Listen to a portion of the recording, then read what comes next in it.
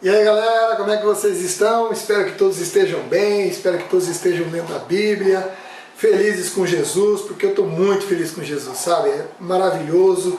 Vamos hoje terminar o livro de Jó, para depois começar Salmos. Olha, é fantástico, né? Vamos continuar aqui nossa pegada devocional, livro de Jó, capítulo 37. Lembrando, sempre eu faço isso, para que alguém que esteja assistindo pela primeira vez saiba que não se trata de uma aula teológica, não vamos esgotar as verdades dos textos, mas apenas fazer algumas ressalvas aqui, fazer alguns comentários para enriquecer a nossa devocional, beleza? Você tem toda a liberdade também para no canal fazer os seus comentários, deixar as suas notas aí para que a gente possa até conversar, beleza? Bom, lá no capítulo 37 então, nós vimos aqui que o Eliú ele continua a falar do enorme poder de Deus em seus versículos, né? Fala dos atos que estão acima da compreensão do homem e precisa de humildade, o homem precisa de humildade para receber a revelação de Deus, é isso que o contexto diz aqui. E finalmente, lá no capítulo 38, nós temos a presença do protagonista desse livro, a presença do ator principal desse livro, o Senhor nosso Deus. Ele vai falar a partir do capítulo 38. E aí ele se revela pela criação, ele se revela pelo universo criado, ele se revela através das coisas que ele descreve, animais extraordinários como Behemoth, como Leviatã, e ele revela a distância infinita que existe entre o Criador, Deus, e a criatura, o homem, ao ponto de Jó se sentir completamente humilhado, né, e compreender que é absolutamente inútil o homem pensar que pode, de alguma forma, querer penetrar nos pensamentos e nos mistérios divinos, nos mistérios de Deus. É impossível. A palavra de Deus nos diz que são incontáveis como as areias do mar os pensamentos do Senhor. E aí no capítulo 38 é uma coisa fantástica, sabe? Ele começa ali, já começa chutando Jó, né? Já começa dizendo para o Jó, olha só, quem é esse que questiona a minha sabedoria com palavras tão ignorantes? E aí ele manda ele se preparar como se fosse um guerreiro, e ele não responde nenhuma pergunta de Jó, mas ele vai fazer perguntas para Jó, para que Jó responda. E ele lá no verso 7, ele já começa falando que o que é inanimado, para você entender aqui, quando ele fala assim, ó, enquanto as estrelas, quem sustenta os alicerces e quem lançou a pedra angular? Enquanto as estrelas da manhã cantavam juntas, os anjos davam gritos de alegria. Aqui ele está falando que aquilo que é inanimado proclama a glória de Deus sem palavras, enquanto que aquilo que é espiritual, os anjos, glorificam em linguagem que transcende a compreensão humana. Olha só que coisa fantástico isso aqui, é maravilhoso, quando ele fala das estrelas e dos anjos. E ali no verso 12 até o verso 15, ele mostra como que a vida humana é efêmera em contraste com a antiguidade do mundo e a eternidade de Deus. Rapaz, Deus está massacrando Jó aqui, Deus está massacrando Jó através dessas perguntas. Lá do verso 22 ao verso 30 ele fala dos fenômenos da natureza, que não tem como você manejar essas forças, como você maneja, por exemplo, os objetos materiais, maneja um celular, como você maneja uma caneta, as coisas da natureza você não vai manejar, não tem como, né? E ali no verso 30, do verso 39 até o verso 41, Deus revela o seu cuidado com os animais, ou seja, se ele cuida dos animais, como ele não poderia estar cuidando do ser humano, né? E Jesus repetiu isso depois, Jesus falou assim, olha, se Deus cuida da erva do campo e do passarinho, você acha que Deus não vai cuidar de você? Deus dá de comer para o passarinho, Deus vai lá e veste o lírio do campo como se fosse uma coisa extraordinária. Nem Salomão, no esplendor do seu reino, se vestiu como ele. E o lírio vai secar e o passarinho vai morrer. E você acha que ele não vai cuidar de nós? Você entendeu? Olha que coisa fantástica, Jó já está tratando aqui, é quase uma antecipação, sabe?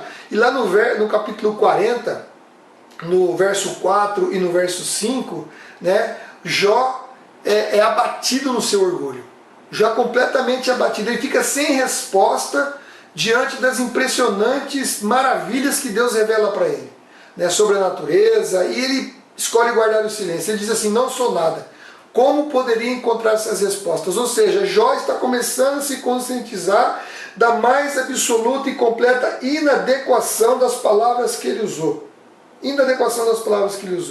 Então, lá no verso 11 e 12, sem a autoridade de Deus, Jó seria incapaz de realizar qualquer obra, qualquer coisa. é necessário a presença de Deus, né? E do verso 15 ao 24, Jó não é capaz de domar, se Jó não é capaz de domar o jumento selvagem, né, que é indomável esse animal, segundo historiadores, segundo até a própria história, esse animal não tem como se domar esse animal, como que ele ia dominar o Behemote e o Leviatã?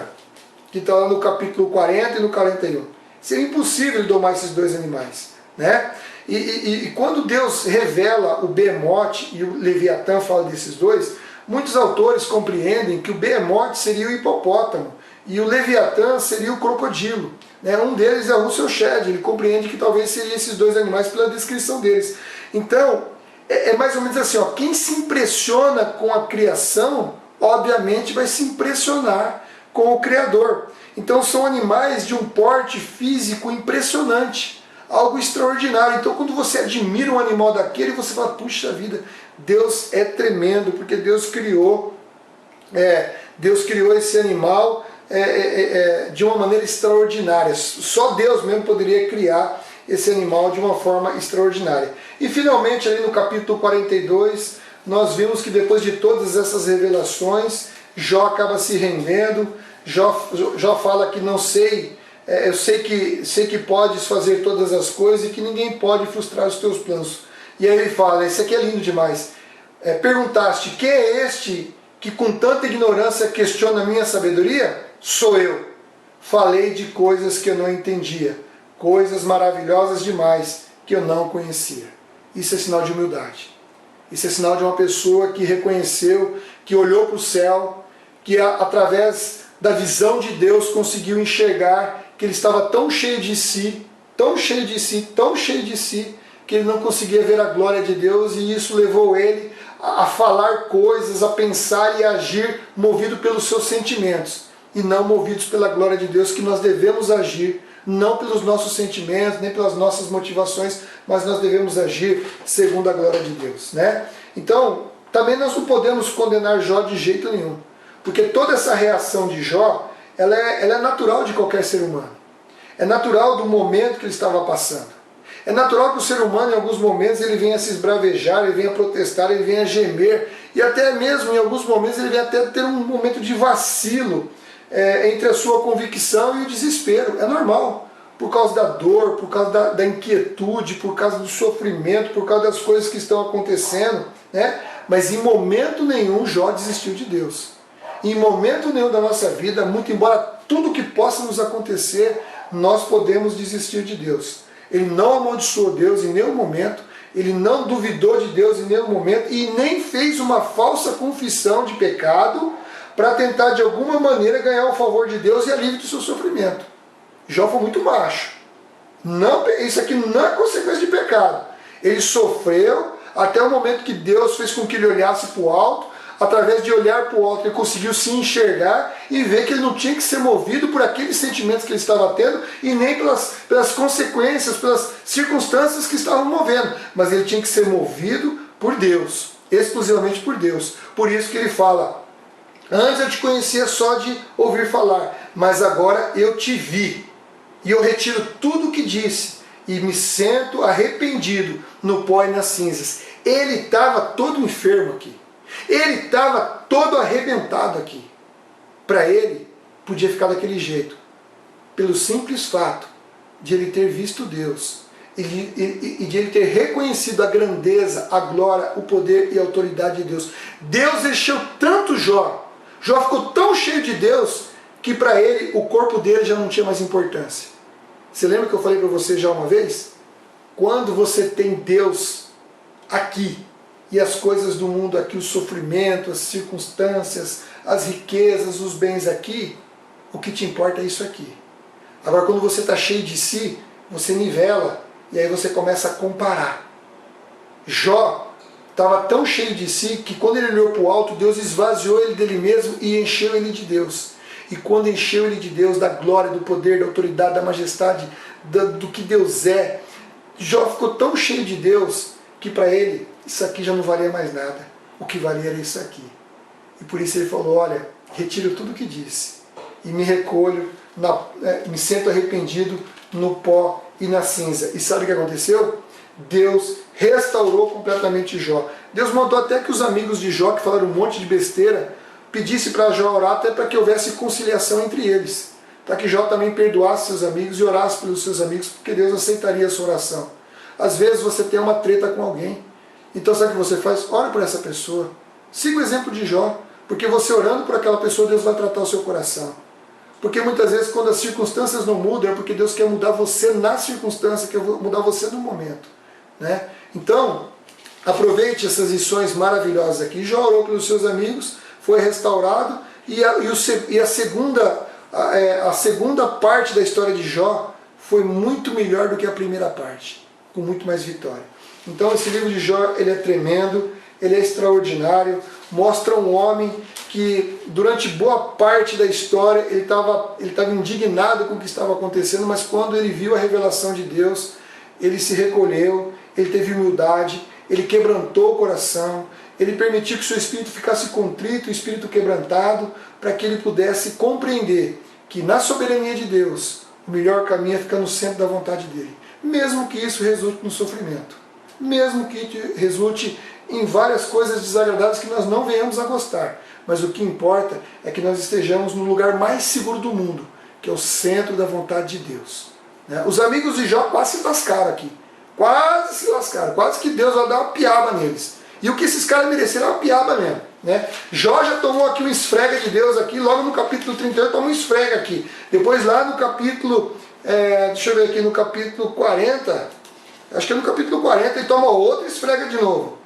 Não, no 40 verso 7, toma outra esfrega de novo. Deus às vezes é duro com a gente, porque nós precisamos de dureza às vezes.